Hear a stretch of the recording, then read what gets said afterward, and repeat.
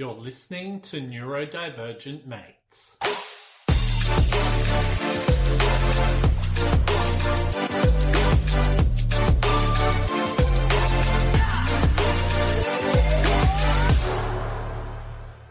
Hello and welcome to another episode of Neurodivergent Mates. I'm your host, Will Wheeler, and today I'm joined with special guest Georgie Drury and Dr. Nicole Avard. Did I get it right? Nailed it. Well done. Yes. See what I mean? How I feel like I'm under pressure and I need to get those names right. But I got there. But thank you so much. You're in a safe space, Will. That's fine. Yes. It would be pretty bad if you had a go at me, especially on this type of podcast. But look, thank you so much for coming on today. Look, for all of our listeners, what we're going to be covering today is how do we play on menopause. So lots of really good stuff that we're going to cover today. A topic that is definitely going to be so important to talk about. Something that, I probably wouldn't say I know everything about, but hopefully by the end of this, I'll have a pretty good understanding. And hopefully for our listeners, we'll be able to take in a lot of stuff to be able to really start doing some really great stuff for the workplace or just in general. But before we do get started, I'll do a little bit of a shout out just for anyone who hasn't listened before. So if you haven't already done so, please subscribe, like, and follow to all of our social media platforms. We're available on TikTok, Facebook, Instagram, X, Twitch, YouTube, and LinkedIn. And if you haven't already done so, please go and check us out wherever you listen to your podcast. Also, please remember to subscribe, rate us, do whatever you can do to help with the algorithm, because every little bit helps. Also, too, I'd just like to do a big shout out to all the work that we're doing over at Neurodiversity Academy. Please go to neurodiversityacademy.com to check out all the work we're doing. We've got some really good professional development that's out at the moment, still on sale to the end of this week. So if you haven't already got it, please go and check it out. It's definitely going to be worthwhile your time. Just another shout out, warning, some discussions may be triggering. If you need help, please reach out to a loved one or call emergency services.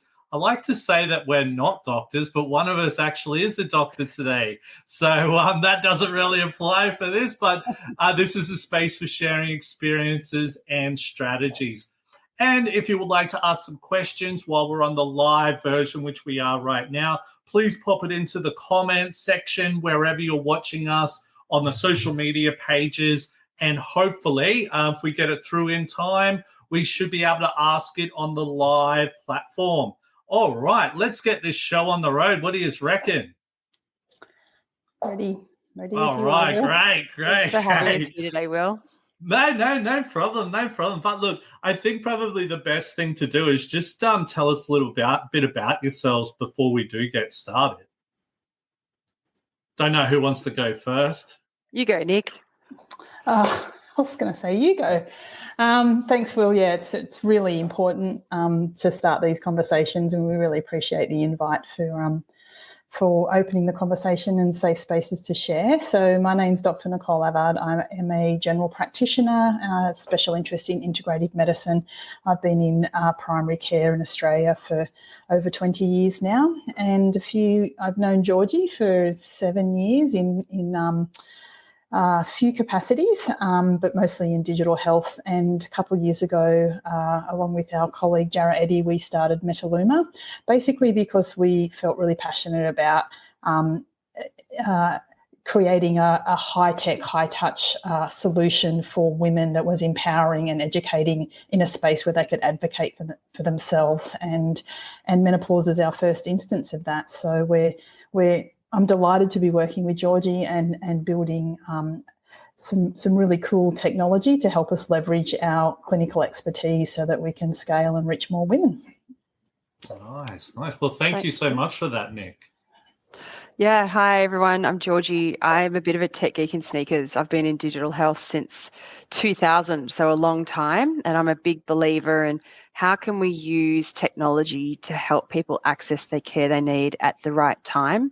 And I think it's a really interesting point when you think about some of the doctors and psychiatrists that are working in the neurodiversity space and how pressured their wait lists are and how you could actually use technology to help with that. Well, it's a very similar scenario with menopause, and sometimes access to doctors that actually understand menopause is also very limiting. So I think that I'm sitting here with, as Nick said, it's the high touch and the high tech. And so how can we use technology to really help amplify and improve patient experiences?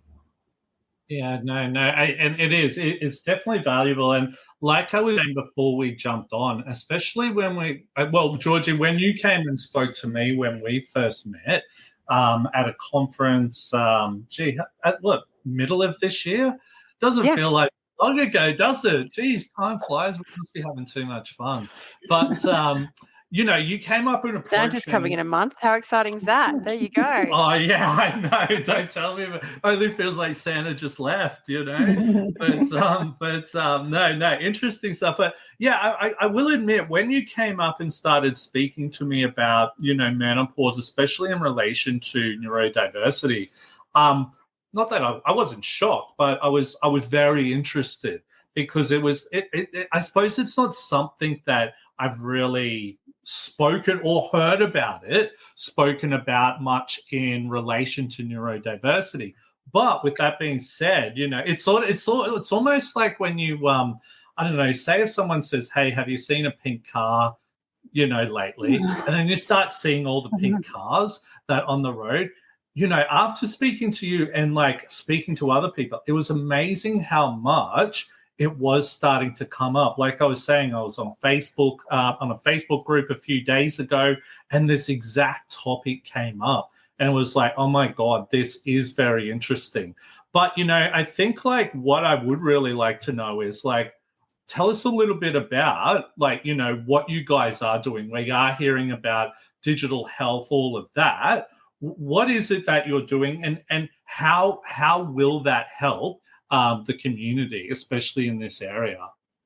Yeah, I reckon let's just unpack it one step, and maybe Nick can actually help your listeners with a definition and an understanding of what is perimenopause and menopause. Right.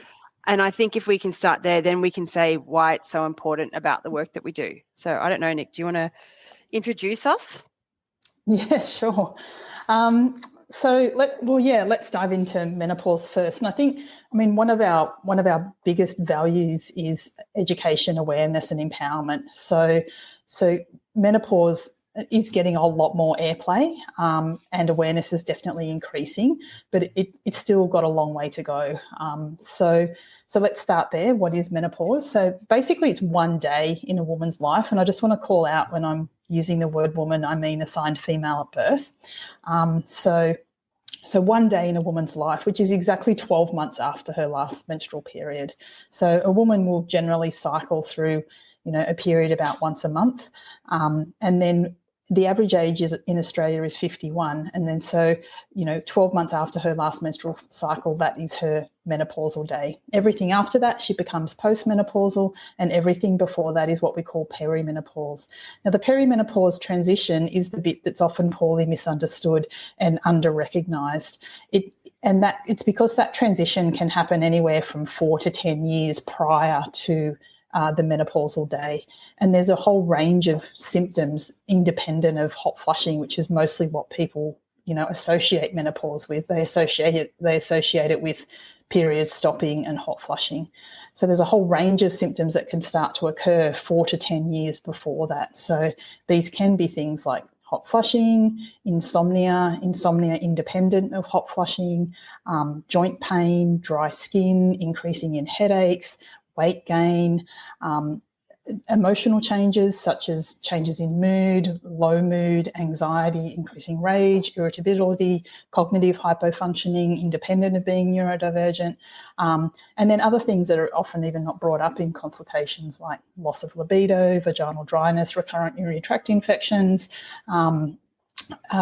changes in vaginal microbiomes that's affecting sexual penetration and dryness. So there's a whole kind of gamut of symptoms that when you show up at a doctor's surgery, even just trying to unpack that in a system where doctors are traditionally pressured to see patients kind of every 6 to 10 minutes, it is really, really difficult. And then so I'm so delighted to be having this conversation with you, because when you just kind of start there and say, look, awareness is key, and here's all the things that might be going on, and let's unpack what that may look like for each individual. And then you have to wrap neurodivergent around it, as we'll dive into a little bit later. Like it's a lot. Well, I'm only assuming it would probably get passed off as a lot of other things before it can be diagnosed. Is that correct? Yeah. So the classical definition, or the proper definition of perimenopause, is a change in menstrual cycle by more than 7 days. But some of these things can be occurring before that happens. And you're right, it may well be passed off. We're often at busy times in our lives where we've got careers, we're working, we're parenting up to elderly parents, we've got younger children that we're looking after, and it may well be passed off as you're anxious or depressed, or you're distressed and sleep deprived. But as we will also talk about a little bit later, conversations around hormone replacement and menopause for any woman in her 40s who's experiencing this need to be on the table.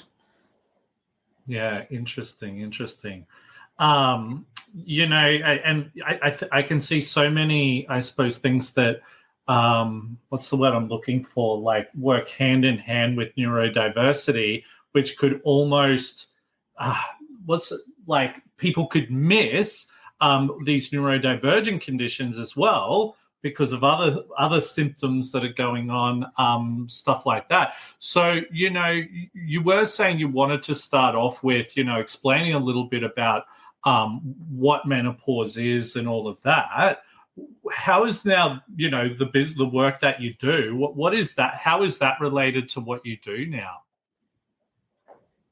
Do you want to take that, George? Or? Yeah, I can. So I think, Will, what's very interesting is that we've never been at this point in history before. We've had so many women over 40 in the workplace. And these women who are over 40 are also managing potentially elderly parents, and that they have some form of potentially child in the house, whether or not you could be a 42-year-old with a newborn and menopausal, or you could be dealing with teenagers. And so I think that's a strong interest for me, because what we're seeing is that women are often opting out of the workforce or reducing their hours and saying no to promotions at this time of life. And so I'm like, right, employers, you need to care about this. Insurance companies, you need to care about this. Governments and society need to care about this. And then, as we say, if we're dealing with half the population who are female, and then I think the numbers, and help me, Will, if I'm incorrect, but 1 in 5 are neurodiverse. So that is a huge chunk of women that we need to support, and we want them to be at their best so that they can be, thriving and contributing to society. And so that's the work that we're really interested in, is helping employers really understand how important this is. I think the thing that I found interesting, especially when I was watching you talk on that panel, and you sort of spoke about it now, we're seeing that there's so much of a higher range of women in their 40s working in the workforce now, all of that. And correct me if I'm wrong, you were saying that, we were seeing, it used to be the case that a lot of women would retire in their early 50s. Is that correct? Yeah, that's exactly right. When you're really probably almost at that's when you could be getting offered some really fantastic roles, all of that type of stuff. Yeah, I think about it. We have, you're most confident, you're the most educated, you're the most accomplished, and yet something like perimenopause, which can be treated. I mean, we've got to be clear, it's not a chronic disease, it's just a state of life. But if we can help women solve for that, then they can really live really productive lives and be, working at their best. But then I look at the financial piece on that. If you're still working, that helps to contribute to your superannuation. So as we're living much older these days, women can live well into their 90s. It's how do you have the financial means to support yourself? Well, you need to be continuing to work now and earning as much as you want to work and do the amount of hours that you want to work. And so that's the professional women. But what I'm also very passionate about is our feminized workforces, because our teachers are getting older and our nurses are getting older. So we really want to keep that cohort of women also working at their best. Yeah, totally. So, with what you guys are doing, especially with technology, what is it that you're actually working towards with? So would you class yourselves as a tech company? No, I wouldn't. I guess to add my, I work in health, so I don't know. Yeah. I guess to add my piece to that conversation is that we are really passionate about finding a new model of care, right? Healthcare is breaking in Australia, and that's just getting worse since COVID. GPs are under pressure, psychologists are under pressure, psychiatrists are under pressure, diagnostic and assessment pathways are under pressure, and it's going to take a bit of time to kind of reinvent that, but we want to be on the forefront of that and be at the pioneering edge of what we call flipping the model. So at the moment, as we see it, like general practice is your first point of call, right? So if you've got something going on, you usually go to your GP to sort that out. And that's getting hard to get into, particularly in rural and remote communities and even in metropolitan areas. It's getting hard. And with costs of living and costs of practices, there is a greater gap in accessing healthcare. So what we want to do is flip that upside down, empower initially women as our first instance to be aware, to understand how their symptoms are affecting them, almost to be their own history takers, to monitor their symptoms, to advocate for themselves so they can come into the doctor with almost the history done and say, this is what my lived experience is, here's my symptoms, this is what I think is going on. Then we've got a whole range of education. I've read up about this, and this. Here's what I've changed with my food. Here's what I've changed with my diet. Here's what I think about MHT. We will put menopause trained nurses around that so we can guide them along the way if they've got questions, so that they can go to the doctor with hopefully 90% of the work done for the doctor to say, I know this is what's happening for me. Here's what lifestyle things I feel like I can change. Here's where I'm at with my preventative health. Can you just help me with this little piece? Yeah, great. So better access, more knowledge, just to be able to go take that pressure off the doctor and then just go in and go, here we go. This is what everything is. Yeah. Great. We don't want to replace doctors. We want to walk alongside women, and we want to walk alongside doctors to say, hey, we're going to do all the heavy lifting here.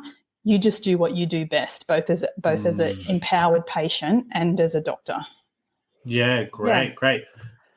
Think about our current model, that you'd be lucky to spend 10 minutes with a GP.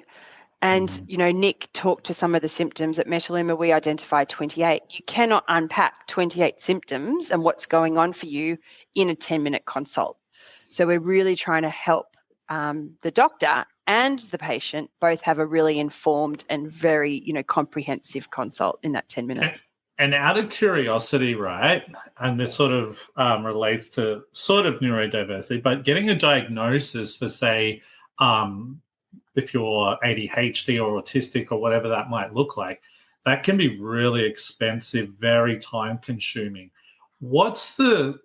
Is there a huge cost involved with getting diagnosed for menopause, all of that type of stuff? No. So great question. So it's a clinical diagnosis. So there's no cost at all. It's just, here's your symptoms and you are this is happening to your cycle and this is therefore what it is. The only caveat to that is if you're a woman who doesn't have a womb, i.e. had a hysterectomy, or has an IUD in place and the cycle, or had an ablation, say, and the cycle is irregular and you're not quite sure what's going on, then you can, in some circumstances, do some blood testing that can point you in the right direction to see if you're menopausal. but that's not usual. It's normally just around taking a good history and symptoms and then coming to a kind of shared decision. Yeah, and definitely helpful. Like you were talking about rural, all of that. If you're able to get all that stuff done, because like I remember when I was living up in Townsville, people would just come into Townsville from a lot of these big like properties out west just to see the doctor, and that had to be like a week. That was like a week plan to just go see the doctor, where this can probably cut down a lot of that and go, look, because I'm assuming that, you know, maybe in the past you've had to go to the doctor, go away, to come back, you know, and it's been a forward, backwards type of thing, where this will eliminate all of that and go, look, we've got all of it here. Here's the evidence. Let's get started type of thing. If that makes sense. It's early intervention, right? And that prevention piece, because we know, like Nick, as she said, she's a doctor, she's at the coalface, doctors are under pressure. Women are only taking time off work, booking appointments, driving, as you say, from to Townsville from rural when they're at a state of distress. So it's how can we help them get Before some learnings and this understanding before they're at a state of distress. And that's where we really want to see that we can come in and bridge that gap. No, that's awesome. That's awesome. I love what you guys are doing. So, you know, like we spoke about, we were like, man, especially when you spoke to me, you were like, look, there's so many correlations between neurodiversity and menopause. So what are the effects of menopause on neurodivergent people? I think this one will be interesting. It's all been interesting, but based on what we're sort of here to talk about today and our listeners. Well, I think the first thing to say is that we don't really know. You know, there is a dearth of research in menopausal women that's getting better, and God forbid there is almost nothing on, you know, neurodivergent women and menopause. So, you know, I dug around in the literature for our talk and I found a systematic review that found 3 studies that could look at it. So you know, we have to start to be consumer driven. So start conversations like you're doing to just say, okay, what's the lived experience? What is going on for women at this point in time? Let's start to collect our own data and lived experience. But if we look at what's out there for the moment, there is definitely, if you talk to any psychiatrist, there is definitely a change that happens with neurodivergent people and menopause. And the reason for that is that estrogen and progesterone are very powerful neurobiological regulators of the brain transmitters serotonin, dopamine, and GABA. So serotonin, you would probably know those. Serotonin, our happy, stay calm. Dopamine, most important in our frontal cortex for attention and concentration, and our reward hormone that helps us manage impulsivity. And then GABA is our generally kind of calming hormone. So the effects that the hormones have on that neurobiology is quite impactful.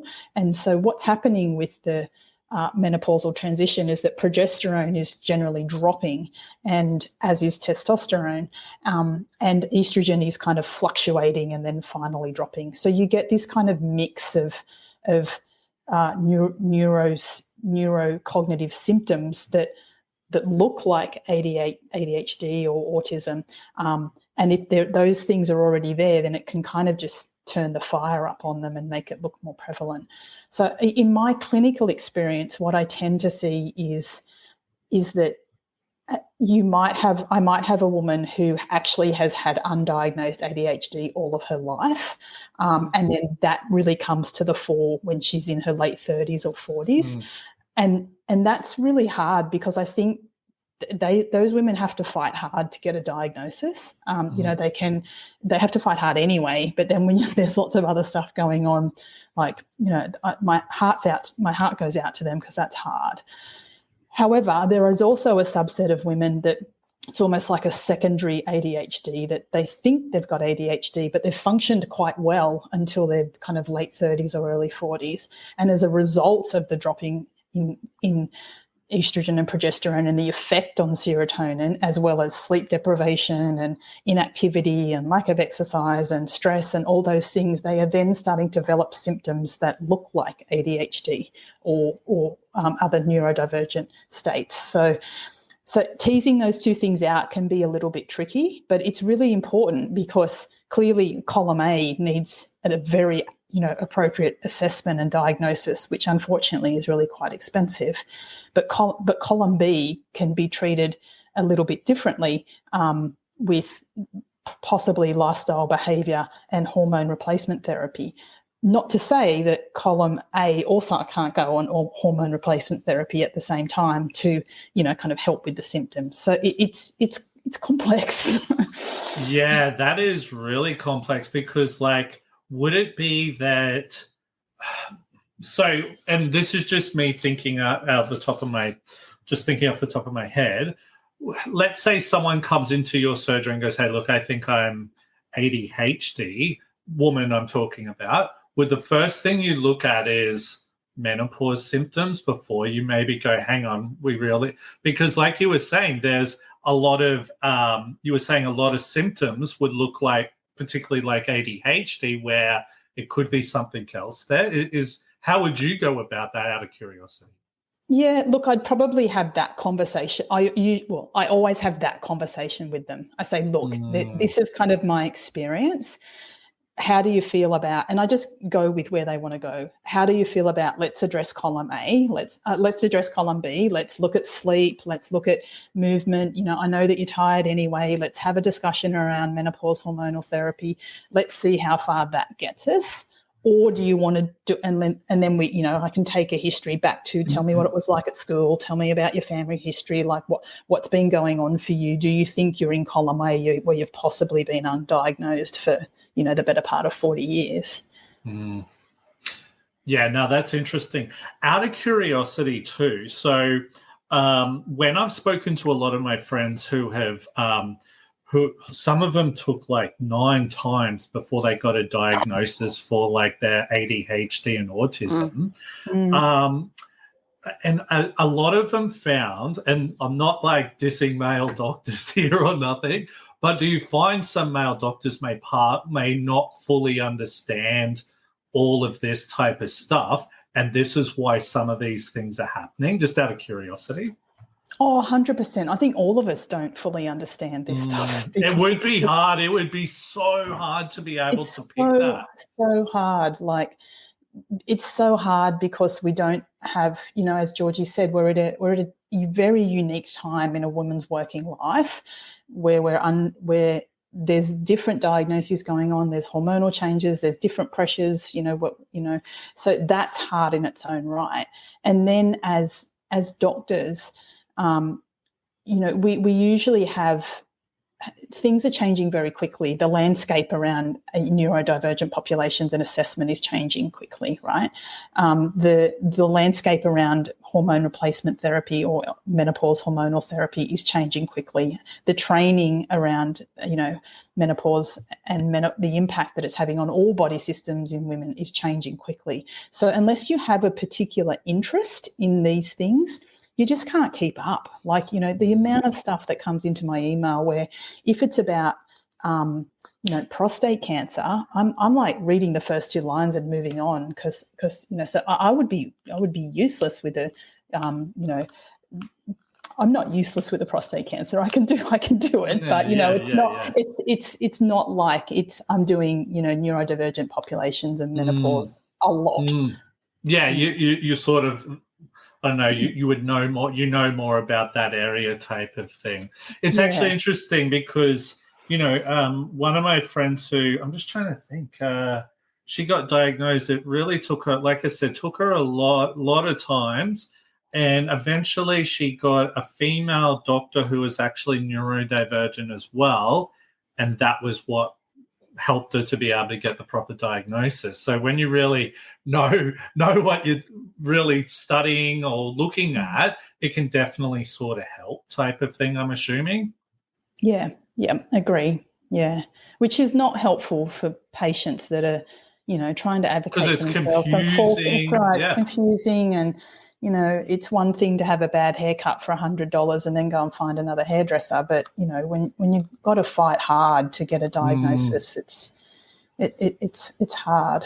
Yeah. Totally. So, you know, moving on from that, what are some strategies and resources for coping with menopause? Like, where can people maybe, you know, maybe they're at this stage, maybe they're neurodivergent, they might be listening to this now and they're like, look, I need to maybe get this checked out.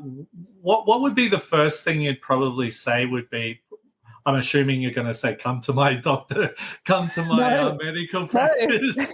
No. Okay. Absolutely not. Okay, cool. So what could be the process? Instead, you can download the Metaluma app. See, that was what I was pushing for. I'm like, was trying to guide it towards that. So yeah, totally. I think first point of call is know your own journey. So educate and become aware of what symptoms might be yours that are related to perimenopause and menopause. And then how much are they impacting on your life? So understanding that, because then from a place of kind of empowerment and awareness, we can then start to build, you know, some foundations of strategies. So, for example, if sleep is the most impactful thing, then that's where we start, because from sleep, everything else will come. So if you're tired, you're less likely to exercise. If you're tired, you're more likely to reach for refined carbohydrates. If you're tired, it's more difficult to manage your mood. So as a general rule, you know, it's probably all the stuff that you hear, which can be difficult, but you know, ensure that you're sleeping well, ensure that you're having a diet high in protein and fiber and rich in brightly coloured fruits and vegetables. I cannot emphasise moving enough. And thanks to Christopher Hanbury-Brown, he sent me some great studies around the impacts of stimulant medications and the increased risk of cardiovascular disease and reduction in bone density. So the best way, so even just knowing that as a neurodivergent person, that if you're on stimulant medications, seek out information on what is my cardiovascular risk, what is my cholesterol, what is my sugar, what is my blood pressure, like am I at risk for fractures because of a family history, or what is my bone density, which comes with a little bit of nuance because there's Medicare criteria around that. But very practical things that then feed into, well, how are you eating and are you moving enough? Because we know that exercise is far and away the best treatment for depression. We know that it helps with ADHD. We know that it improves cardiovascular risk, and we know that it helps with bone density. So if I had to say two things, I would say educate you and great. So I'll just read it out. So my freezer just rusted out on the weekend, so I'll have to think of another option. Oh, your what? Sorry? My freezer that I get in. Okay. So just for all the listeners, so we've just had Natalie come on sharing a question, and she said cold therapy has helped me a lot for peri and ADHD. So could that be cold therapy? Could we go maybe a little bit more into? Are we talking about like ice baths? Out of curiosity. Yeah. Oh, okay. So ice baths and all of that. So that can actually really help with like ADHD, you reckon?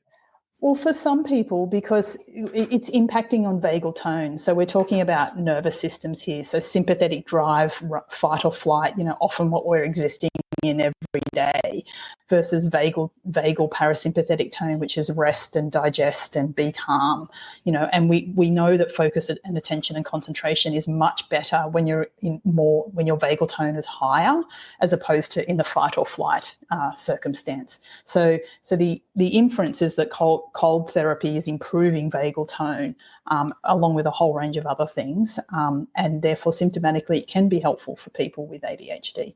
But exercise is across the board, like free and available. And I know there are barriers to exercise for women for a whole range of things, you know, access to sports and increased risk of injury. So if you're struggling, certainly if you've got resources, sinking that into a, you know, qualified exercise physiologist to guide you on how to build muscle and prevent those lower your risks in things that your risks increase in as you get older.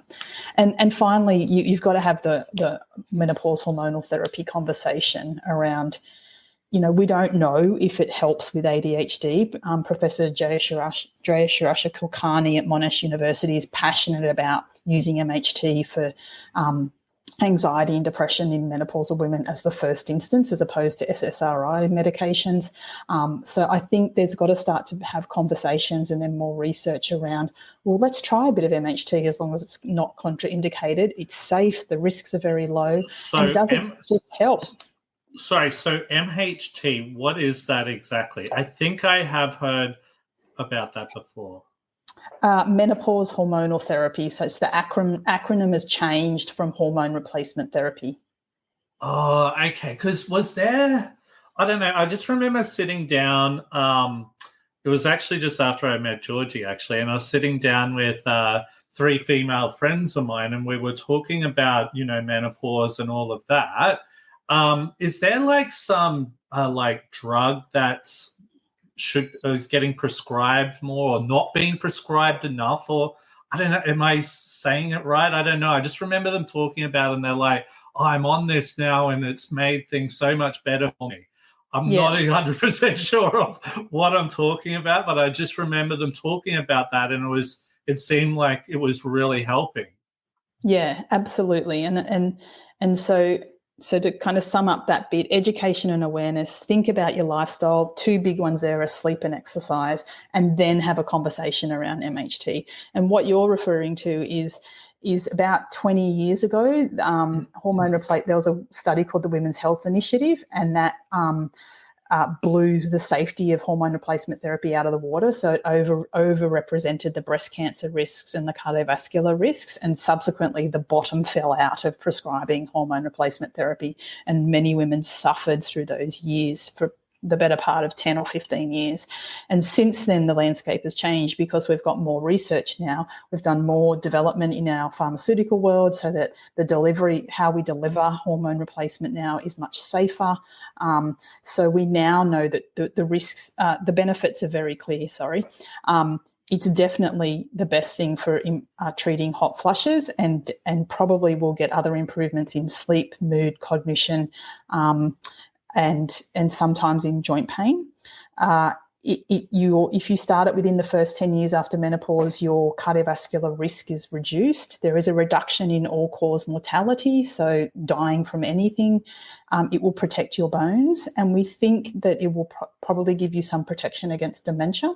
The studies are a bit mixed on that at the moment. There still needs a bit more research because we're early on in that phase, but it's looking promising. And we used to say you had to stop it after 5 years. That's not the case anymore.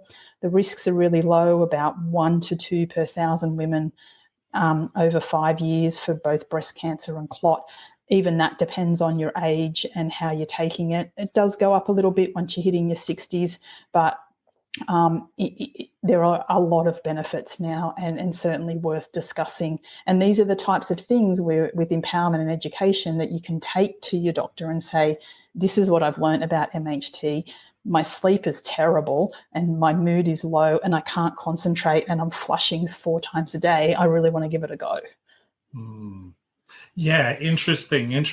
Sorry, I'm thinking I might miss the next question because it's just, do medical professionals understand menopause and neurodivergence well? I think we sort of covered that a little bit before. So I might move on to the next one there, because this probably is a real big thing as well. The role of stigma and its impact on neurodivergent people in menopause.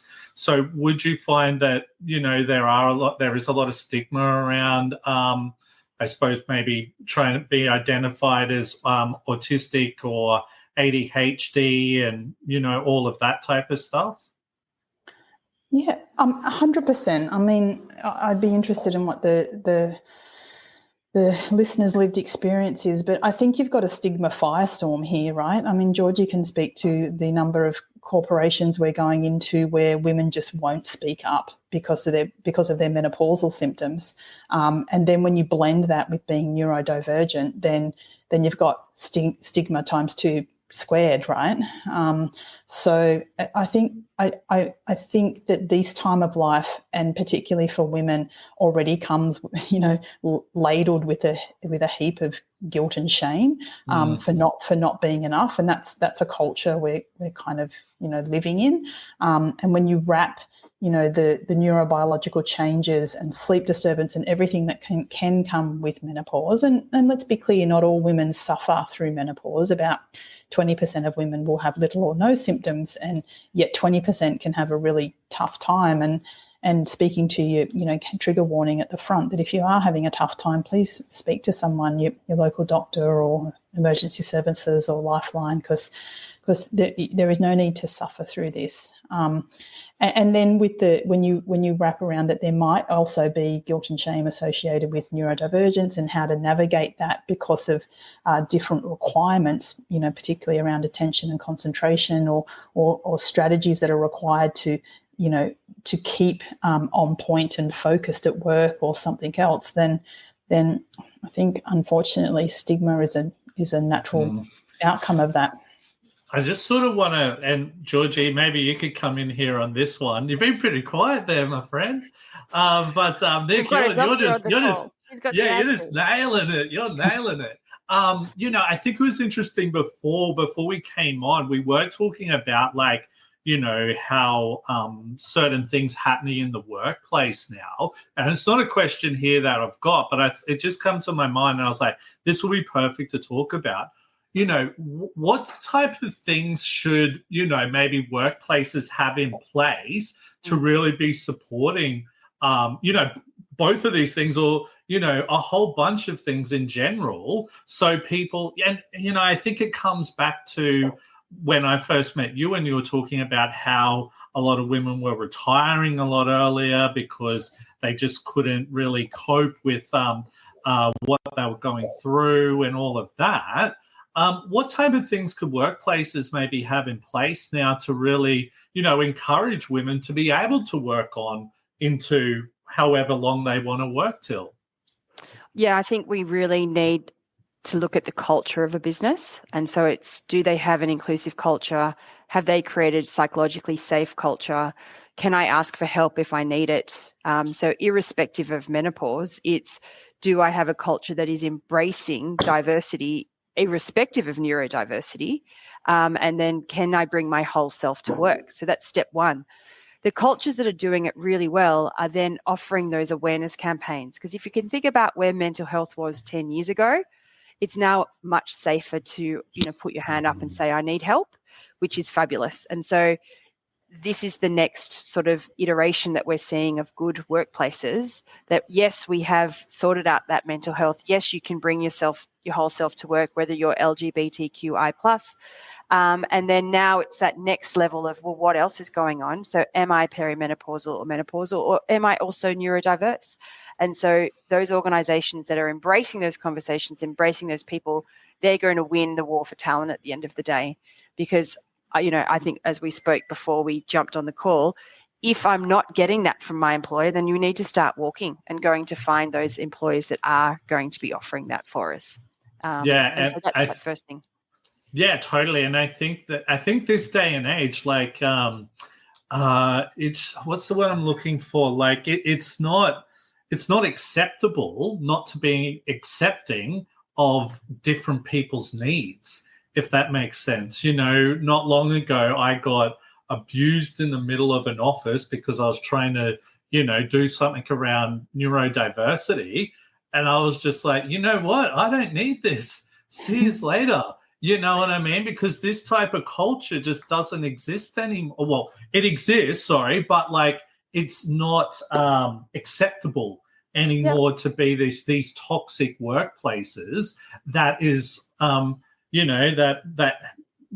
push people to, not being able to be themselves. I think, if I'm looking at it from a neurodiversity point of perspective, when I was able to be myself, when I was able to share, hey, look, I am struggling with my mental health now, I felt so much better. I felt safe. I think safety is safety's not just tripping over a cord in the middle of the office. There's so many other things here too. And, I think especially with women when there's, they're going through a tough time with their menopause at that time, having that time off to be able to just relax, and that's probably going to do so much better, I'm assuming. Well, I think if we look at the diversity statistics, RMIT did a big piece of research, and it said that if you can increase women in leadership by 10%, then it can deliver significant shareholder value. And for the average ASX-listed company, that's over $100 million. And so it's how can we ensure that we are keeping women in leadership and working to the maximum amount of work that they want to do. And similarly, it's a lot of women during this time frame may take a little bit of extra sick leave, but they're actually lying about it. They're not saying why they're taking the sick leave because they're not creating the psychologically safe place to say, I need to take some time off because of my menopausal symptoms. They'd much rather say, I need to take time off because of my mental health, which is fine and great. But let's look at the root cause analysis and say, well, if we can solve for the menopausal symptoms, then we're all going to win at the end of the day. And once again, and I just feel that like as I'm talking from my point of view, when I've been able to be open with people, I feel more comfortable. Do you know what I mean? Like when anyone can be open about, hey, look, I'm struggling with this at the moment, and I have a manager or a supervisor who can understand that. For me personally, it motivates me to want to do more in that workplace because they support me. If I'm correct in saying that, right? Yeah, I mean, I think the thing to highlight there is that in my experience, women know how to heal themselves best, right? It's not like necessarily that they're looking to their employer to find a solution and solve for it. If employers are open to that, amazing, that's great. But in the research we did with the Digital Health CRC, it was about, community and shared experience. So that the fact that women felt empowered enough to then speak up about their experience, their menopause experience in the workplace. And then there was a butterfly effect where then the next person would speak up and then the next person would speak up. Yes. And then they'd be like, oh, right, it's not just me that's full of guilt and shame and other women are suffering. And then that builds a groundswell of, well, what are you doing? What's working for you? And then what's right? And that's how we improve. That's right. So, without starting the conversation, we will never know how menopausal women and menopause plus neurodivergent women are what they need in the workplace. We have to start the conversations and then start to explore because there's going to be no kind of roadmap for it. Yeah, you're so right on that because, you can feel so alone. Yeah. Let's heal in community, right? It's the only way we should heal. Totally. And I remember, like, if I'm going back to school, I remember I thought I was the only dyslexic kid in school. Yeah. You know what I mean? But then once I started being open about stuff, so many people come to me now who I used to go to school with and like, oh my God, I was as well. And I'm like, oh my God, I would never have known. But, I think as well, like when we start talking, Georgie, when you and I first had a conversation a few weeks ago about, trying to come on the podcast and connect you with some people, I think a big thing, it's not just a women thing. This is where it's so important for other people to be learning about all of this stuff. It's the same with like neurodiversity as well. Like, it's not just, I don't have to preach to neurodivergent people about the problems that we're having or whatever. But when other people can come on board and really start to go, hey, what can I do to help? This is where more people start coming out of the woodwork and we start seeing some really great change, if that makes sense. Yeah, absolutely. I think, one of our clients, they've opened up medical support for their employees, and they're not just looking at the women. We can actually now talk to the men and have a conversation with how this is manifesting for their partners or their wives at home as well, so that we can help the men be more empathetic and better caring partners. So I think it's just wonderful that we actually need to look at menopause as a whole of society thing that we can all work together on. Totally. We are getting towards the end type of thing, but, what would be some advice for neurodivergent individuals experiencing menopause? And we sort of covered a little bit around this, but what about if we are in the workplace? What could we probably do? Because I can tell you right now, what a lot of neurodivergent people, and there's evidence behind it, a lot of the time when there are big issues happening, they're afraid to speak up, they'll quit. Do you know what I mean? And some of these people can be brilliant at their job, but they won't give not an excuse, like what's the word I'm looking for? Like a reason why they've why, they might say, oh, look, I just realized that the job wasn't for me anymore, where there could have been some really great things put into place and this person could have really been thriving. So what could be some advice for maybe some from neurodivergent people experiencing this in the workplace could be? Well, I think to Georgie's point, you have to kind of assess the lay of the land of the culture, right? If you're not feeling safe to find a colleague or someone to speak to about your experience, then that's super tricky. If that's the case, then I would be seeking help from a medical practitioner. So first of all, as I said, empower yourself with what is menopause, what are the symptoms, am I experiencing them, what are the ones that are most impactful for me. Then there's a bit of a lifestyle audit, usually around, as I said, sleep, exercise, food. It's important that women are eating a gram of protein per kilo of ideal body weight. Most of us aren't hitting that. Keeping our fibre up. And then going to a GP to see if to get your health, preventative health sorted around cardiovascular risk and bone density and cervical smears and pap smears and that type of thing. But having a conversation around, should I start MHT or hormone replacement therapy and see what happens to my symptoms? So I guess you can balance those two kind of lanes around, is it safe enough to start conversations in the workplace, even if it starts around menopause? And, like awkward conversations only start by having awkward conversations. And it might well be like, oh, hey, I've been listening to this podcast around menopause and I didn't know that there was like 28 symptoms and here's some of the things that I'm experiencing. And if you do that with another middle-aged women, then more than likely they're likely to go, oh my God, yes, like my sleep is terrible. And, and then kind of, as I said, wrapping it around with the symptoms that can look very similar for neurodivergent and therefore escalated in the menopausal journey. It can be nice if you can find an ally in the workplace, but if you don't feel you can, then empower yourself and then seek advice with a medical professional, particularly around hormone replacement.